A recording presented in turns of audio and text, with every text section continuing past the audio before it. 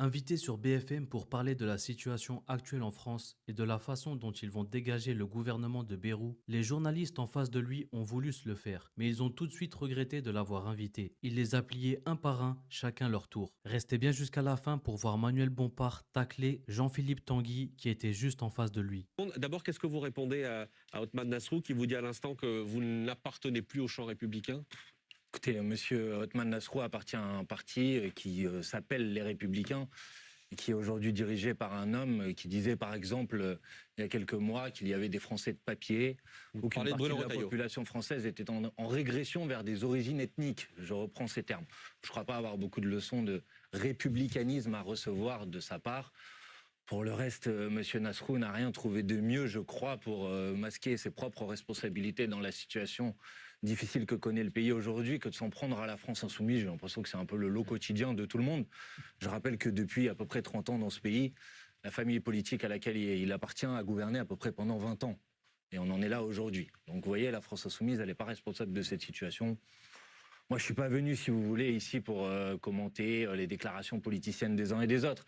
J'essaye d'apporter une réponse à la situation que le pays connaît aujourd'hui. Et je voudrais, dans notre discussion, parce que j'ai un peu suivi votre émission depuis le début, qu'on n'oublie pas le quotidien des Françaises et des Français. Hein. C'est la rentrée scolaire cette semaine. Vous avez des classes dans lesquelles il n'y a pas d'enseignants. Vous avez des élèves en situation de handicap dans lesquels ils n'ont pas d'accompagnant pour pouvoir aller à l'école. Moi, je serai jeudi en Moselle, où il y a un plan de 700 suppressions d'emplois sur une entreprise de la sidérurgie. Ça, c'est la situation concrète du pays. Donc un peu moins de politique politicienne et un peu plus de réponses concrètes. Sauf que la question qui va se poser dans une semaine, c'est une question très politique. Marie. Effectivement, vous n'êtes pas là pour commenter les déclarations politiques. Néanmoins, réagir aux propos du Premier ministre, dans lequel vous étiez dans le viseur hier. Il a dit il y a des forces politiques qui veulent le chaos, citant très rapidement ensuite Jean-Luc Mélenchon, le leader de la France insoumise. La France insoumise, Manuel Bompard, veut-elle le chaos? Mais précisément, monsieur Bayrou n'a pas l'air de comprendre ou de réaliser que le chaos, c'est ce qu'il promet pour le pays aujourd'hui. Enfin, pardon, mais je parle sous le contrôle de madame Chevrillon, économiste. Mais aujourd'hui, on est dans une situation économique qui est une situation économique désastreuse. On a une croissance qui est atone. Oui, elle est meilleure que celle des Allemands. On a des investissements publics qui sont à l'arrêt. On a, depuis qu'Emmanuel Macron est arrivé au pouvoir, des salaires nets ramenés à l'inflation qui ont baissé de 3%. Oui, le pouvoir d'achat n'a pas baissé. On a des entreprises, on a des entreprises qui ont atteint des records de faillite. Ça, c'est la situation actuelle, vous voyez. Et c'est pas la France insoumise qu'on est responsable. C'est ceux qui gouvernent ce pays depuis des années et des années.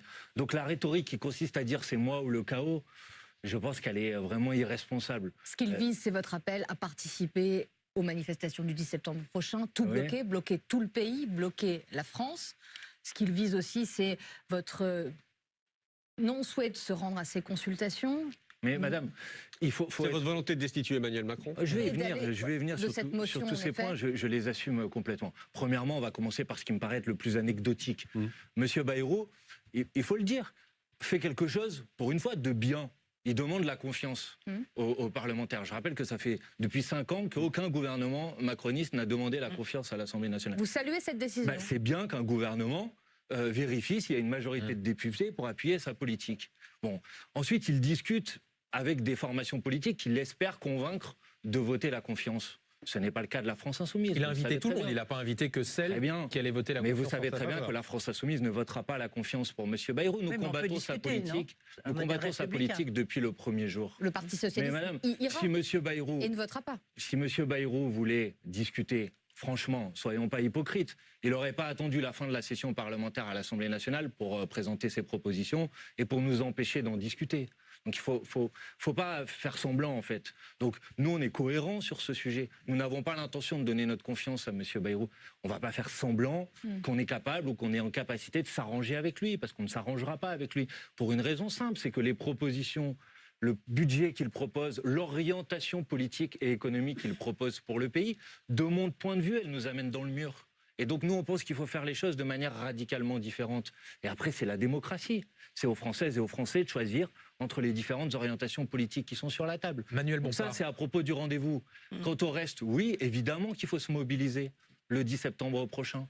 Parce que la chute de M. Bayrou, elle doit conduire à la chute de la politique macroniste. Et ça passe par une mobilisation populaire. Et je ne vois pas qu'est-ce qu'il y a de partisans du chaos ou d'anti-républicains à proposer que les Françaises et les Français puissent se saisir de leur avenir en participant à des initiatives de mobilisation. Ce que vous dit le ministre de l'Intérieur ce soir, c'est manifester oui, bloquer non. Mais attendez, ça me fait quand même doucement sourire. Il y a 2 ans, vous aviez des millions de personnes qui ont manifesté dans la rue contre la retraite à 64 ans. Vous aviez une majorité des députés qui étaient contre cette réforme des retraites. Vous aviez l'ensemble des partenaires sociaux qui étaient contre cette réforme de la retraite à 64 ans. Et ils n'en ont pas tenu compte. Donc ne vous étonnez pas ensuite que les gens se disent « Bon, manifestement, seulement manifester, ça ne suffit pas. Et il faut aussi faire la grève. Et il faut aussi peser dans le rapport de force avec le pouvoir. » C'est normal que les gens se disent ça. Ce jour-là de mobilisation, il a encore un sens si le gouvernement est tombé le 8 ? Évidemment. Plus que jamais. Vous manifesterez contre qui ? Contre le président de la République, sa politique et la volonté de continuer à imposer une politique qui est une politique minoritaire dans le pays. Et depuis maintenant 1 an, M. Macron, qui a perdu les élections législatives qu'il avait lui-même convoquées, s'entête à essayer de maintenir au pouvoir une politique qui est une politique minoritaire. Donc évidemment que ça ne peut produire que de l'instabilité politique. Comment vous voulez que ça produise autre chose que de l'instabilité politique ?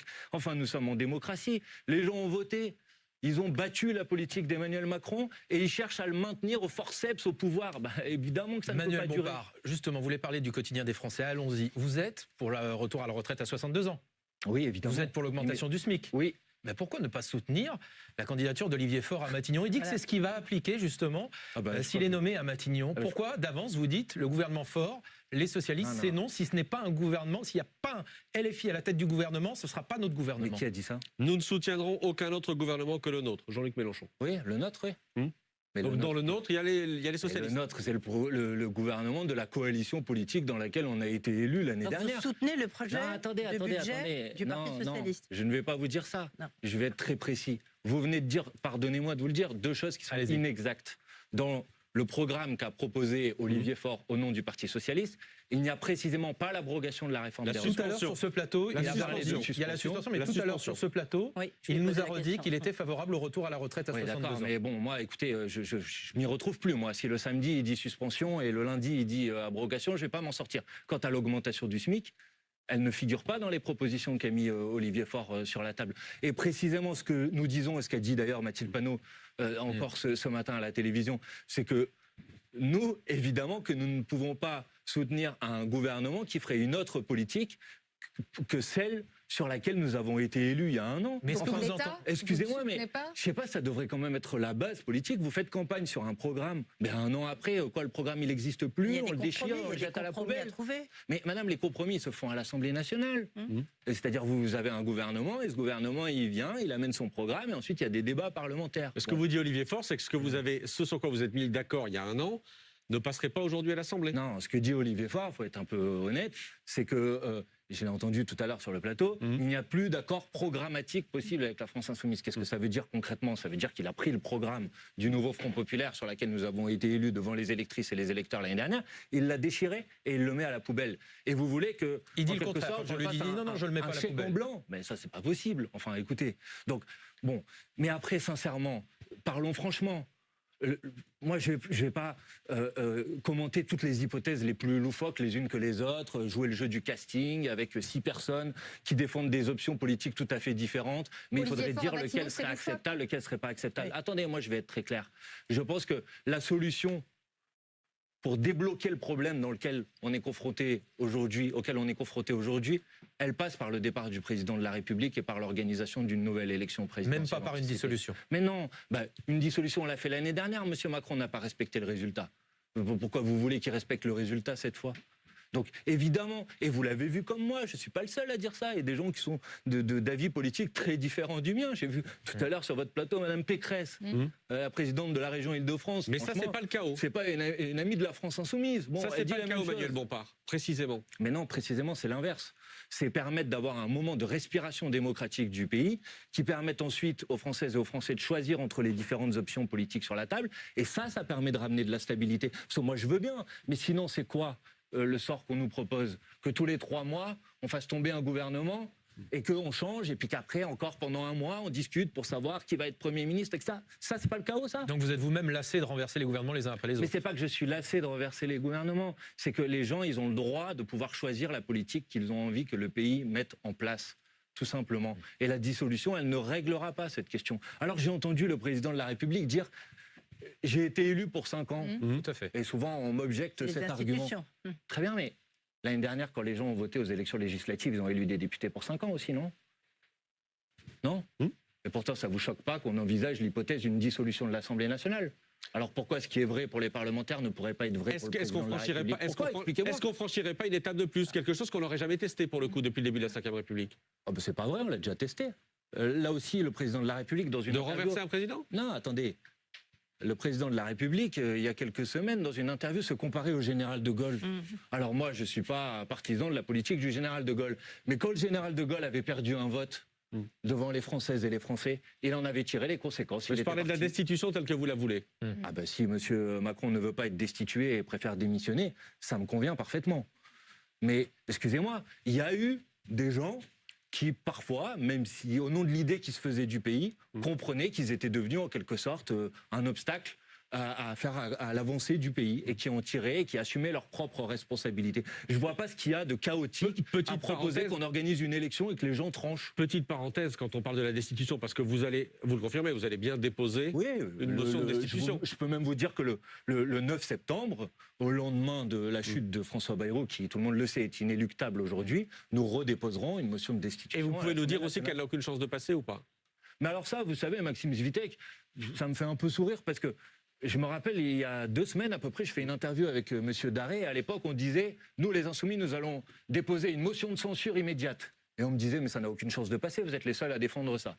Puis là, 2 semaines plus tard, vous avez remarqué que tout le monde considère maintenant qu'il n'y a plus de suspense et que M. Bayrou va tomber dans quelques jours. Parce qu'il a quasiment voté lui-même la motion de censure. Les choses qui n'ont aucune chance de se passer il y a 2 semaines et qui deviennent une réalité 2 semaines plus tard, ça existe. Pour les téléspectateurs, la motion de destitution...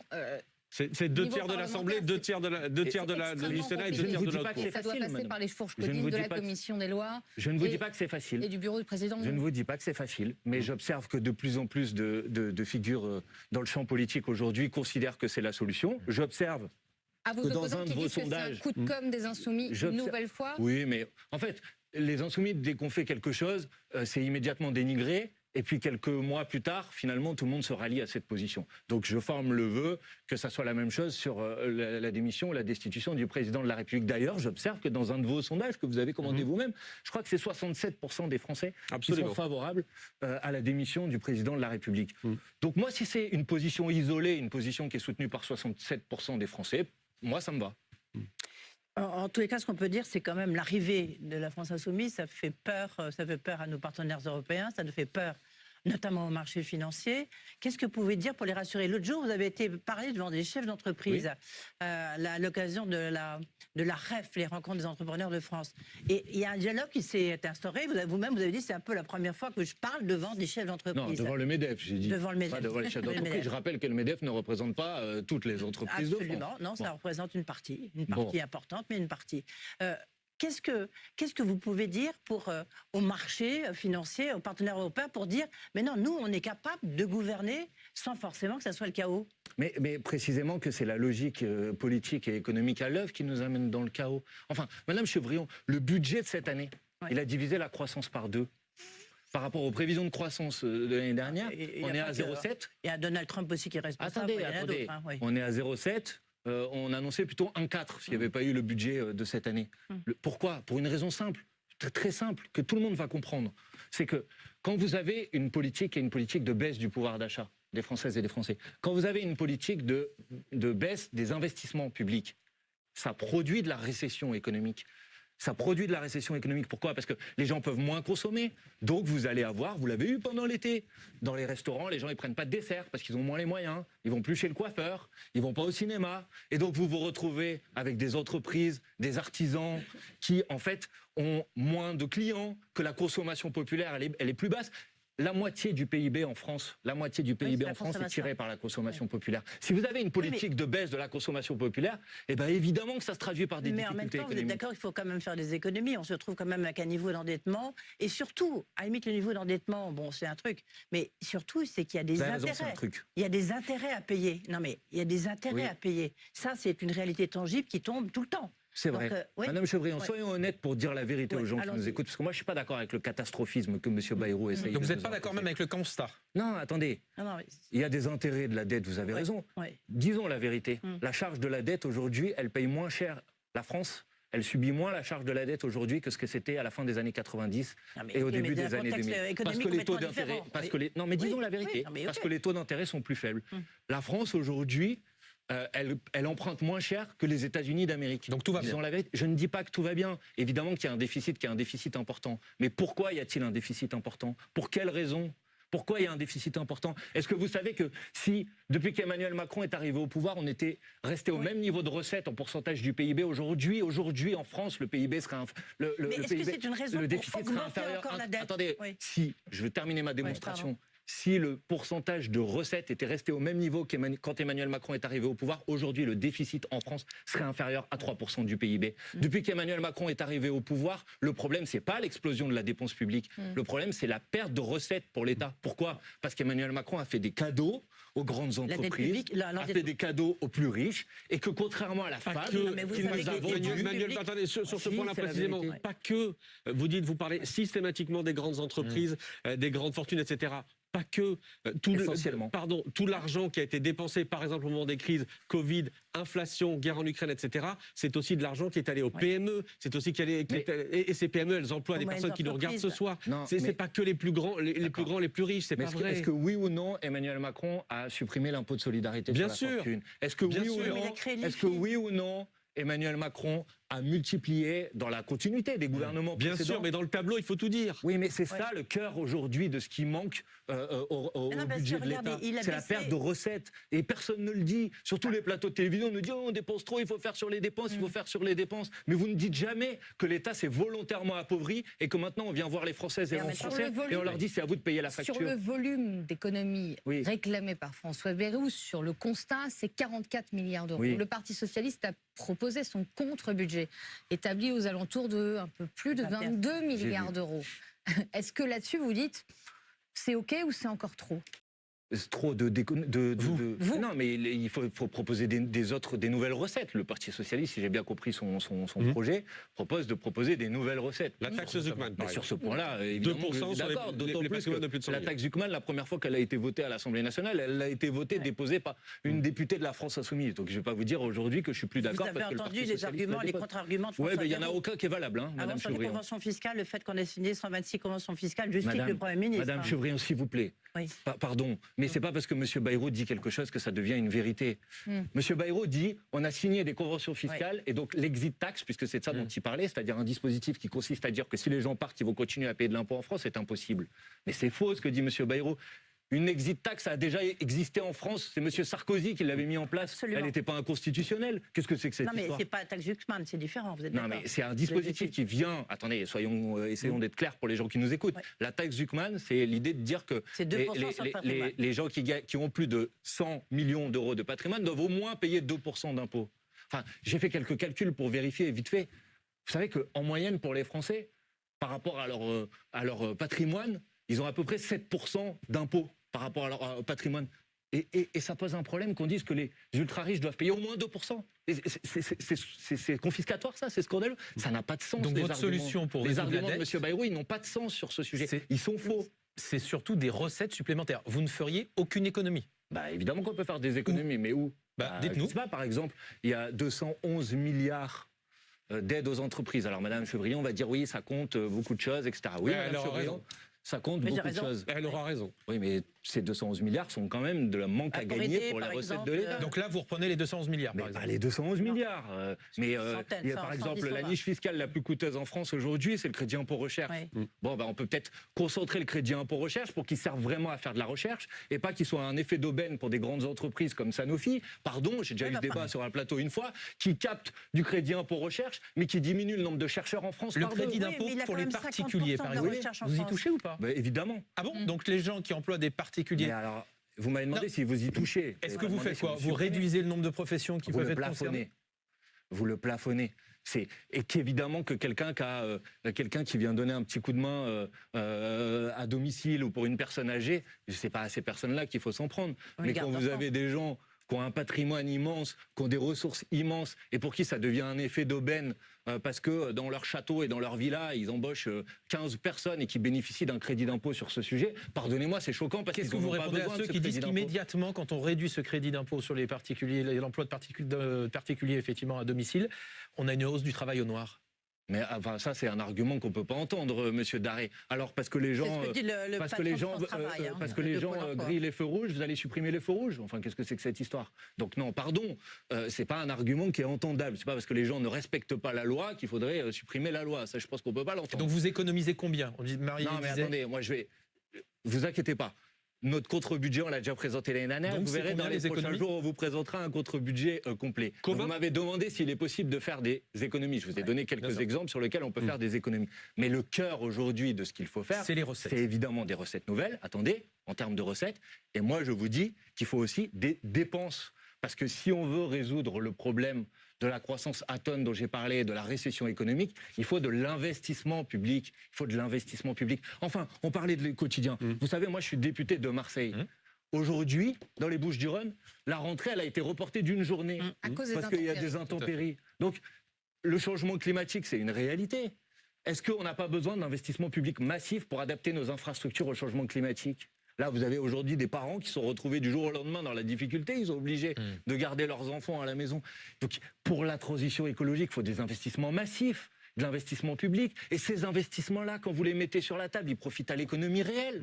Parce que si vous faites un grand plan de rénovation thermique des logements, c'est le secteur du bâtiment en France qui va en profiter, c'est les artisans qui vont en profiter. Alors que quand vous distribuez des aides et des exonérations de cotisations sociales à des grands groupes et que ça se traduit par un record historique de dividendes, non, ça ne fait pas de l'emploi. Mais si ça fait de l'emploi. Madame Chevrillon, au niveau des SMIC, en revanche, ça c'est autre Madame chose. Chevrillon, franchement, vous le savez comme moi, les 20 milliards de crédit impôt compétitivité emploi, parce qu'on a du recul sur cette mesure. C'était la mesure 20 milliards d'exonération de cotisations sociales. C'était accordé par François Hollande aux grandes entreprises. À l'époque, M. Gattaz, président du MEDEF, avait un badge, un pin. 1 million. Ils ont été créés. Non, Madame Chevrillon, il y a un rapport de France Stratégie qui dit 100 000 emplois. S'il vous plaît, ne dites pas des choses qui ne correspondent pas à la réalité. Alors attendez, ça n'a pas marché. Manuel ça ne fonctionne pas. Manuel Bompard, tout à l'heure sur ce plateau, Marine Tondelier a fait une proposition. Je ne sais pas si vous avez vu le coup des aimants. J'étais elle avait deux aimants en main. L'un représentait Olivier Faure. Pas tout à fait compris la démonstration. Le deuxième représentait Jean-Luc Mélenchon. Elle avait deux aimants qui se repoussaient pour représenter les Insoumis et les socialistes. Elle a essayé de retourner un des deux aimants pour que précisément il s'attire. Et elle vous fait une proposition. Rendez-vous jeudi, vient qui veut, pour rediscuter et être prêt lundi en cas de chute du gouvernement. Est-ce que oui ou non, vous irez à la réunion proposée par Marine Tondelier? C'est pas un jeu. C'est pas un jeu, c'est un rendez-vous. Non, mais on est prêt, évidemment. Moi, je suis prêt à lundi soir. J'ai pas besoin de faire des réunions avec qui que ce soit pour être prêt. Donc vous n'y serez pas. Mais attendez, mais d'abord, il faudrait qu'ils s'accordent entre eux.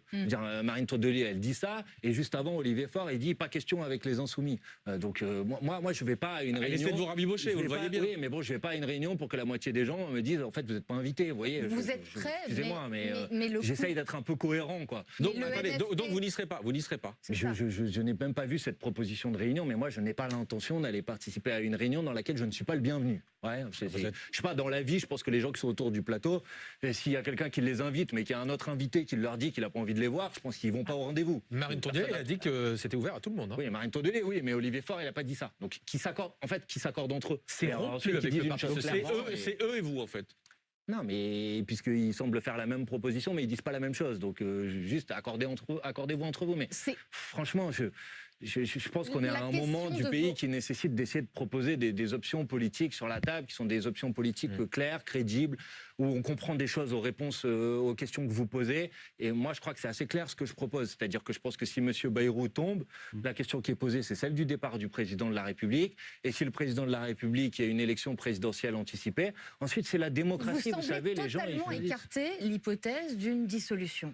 Non, je ne l'écarte pas. Dans l'entourage du chef de l'État, on le dit, il ne la souhaite pas, mais il a retrouvé son pouvoir constitutionnel de dissoudre à nouveau. Oui. Vous semblez complètement écarter cette hypothèse. Pourquoi? Parce que le NFP de juin 2024 ne pourrait pas avoir lieu aujourd'hui. Madame Chantrey, moi, je ne l'écarte pas. Vous me demandez quelle est, de mon point de vue, la solution pour la stabilité du pays. Je vous dis que de mon point de vue... si une dissolution est décidée par le président de la République? S'il y a une dissolution, il en a le pouvoir. Donc s'il y a une dissolution, il y aura des élections. Et s'il y a des élections, ce que je peux vous dire, c'est que nous, les Insoumis, on fera en sorte qu'il y ait dans chaque circonscription un candidat porteur du programme du nouveau Front Populaire. Est-ce que vous souhaitez un accord électoral ? Parce que contrairement à M. Faure, nous n'avons pas déchirer le programme du nouveau Front Populaire, tout simplement. Et après, on le fera avec ceux qui ont envie de le faire avec nous. Voilà. Mais on restera sur le même programme que la dernière fois, parce que, pardon, la politique, c'est d'abord le programme, des propositions qu'on fait aux Françaises et aux Français. Ça sera exactement le même programme. Bah oui, après, depuis... ça a changé, hein. Enfin, en un an, il se passe plein de choses. Non mais donc pas de problème pour prendre en compte le fait que, par exemple, l'Union européenne vient de capituler en rase campagne pour signer un accord ignoble et totalement insupportable avec M. Trump. Donc ça, par exemple, évidemment qu'il faut l'intégrer dans un programme. Mais du point de vue des grands équilibres politiques, moi, je n'abandonne pas la nécessité d'augmenter le SMIC. Je pense que les gens, aujourd'hui, ils souffrent beaucoup, les bas salaires, et qu'ils ont besoin d'avoir un coup de pouce salarial. Je n'abandonne pas l'idée qu'il faut bloquer les prix, sur l'électricité en particulier. Regardez, vous m'interrogez sur le Parti Socialiste. Au début de l'année, le Parti Socialiste d'un côté, le Rassemblement National de l'autre, ont laissé passer le budget de M. Bayrou. Là maintenant, ils disent tous qu'ils vont le faire tomber, mais au début de l'année, ils ont laissé passer le budget de M. Bayrou. À l'époque, ils nous ont dit, on a obtenu qu'il n'y ait pas d'augmentation des prix de l'électricité. Au 1er août de cette année, les abonnements sur le gaz et l'électricité ont augmenté. Ouais. Donc il ne faut pas prendre les gens pour des imbéciles. Moi, je n'ai pas changé du point de vue de ce qui me semble être nécessaire pour le pays. On a besoin d'un choc de pouvoir d'achat, on a besoin de relance écologique et sociale pour sortir le pays de la situation difficile dans laquelle il est. Ah, vraiment très simple et très courte alors. C'est un adversaire ou c'est un partenaire? Adversaire ou partenaire? Je vous demande juste un mot pour répondre. Mais moi, monsieur Darry, adversaire ou partenaire? Monsieur Darry, moi je ne suis pas là pour jouer au jeu des devinettes, des mots. Donc le Parti Socialiste, ça a été l'année dernière un partenaire puisque nous avons présenté ensemble des candidatures communes. Et depuis, et je le regrette, je vois qu'il tourne la page de l'accord du nouveau Front Populaire, qu'il en déchire le programme, qu'il en a même écarté la candidate. L'année dernière, on disait Lucie Castet comme candidate si le Premier ministre veut nous nommer. Maintenant, monsieur Faure cherche à s'imposer à sa place. Qu'est-ce que vous voulez que je vous dise? Donc moi, pardon, j'essaye d'être utile à mon pays et d'apporter des réponses qui permettent de sortir le pays de la situation difficile dans laquelle il est aujourd'hui. Manuel Bompard, dans une seconde, Jean-Philippe Tanguy à votre place, est-ce que vous avez un mot à lui dire? Oh, avec M. Tanguy, peut-être ça, peut-être demander à M. Tanguy, puisqu'il est juste là. Il a laissé le gouvernement de M. Bayrou en place pendant 6 mois. Et à cause de cette décision, comme je le disais, les prix de l'électricité ont augmenté, par exemple, pour prendre cet exemple-là. La réforme des retraites à 64 ans n'a pas été abrogée. Donc peut-être lui demander pourquoi il a fait perdre 8 mois au pays. Eh bien, on lui pose la question tout de suite. Merci Manuel Bompard. Merci à vous.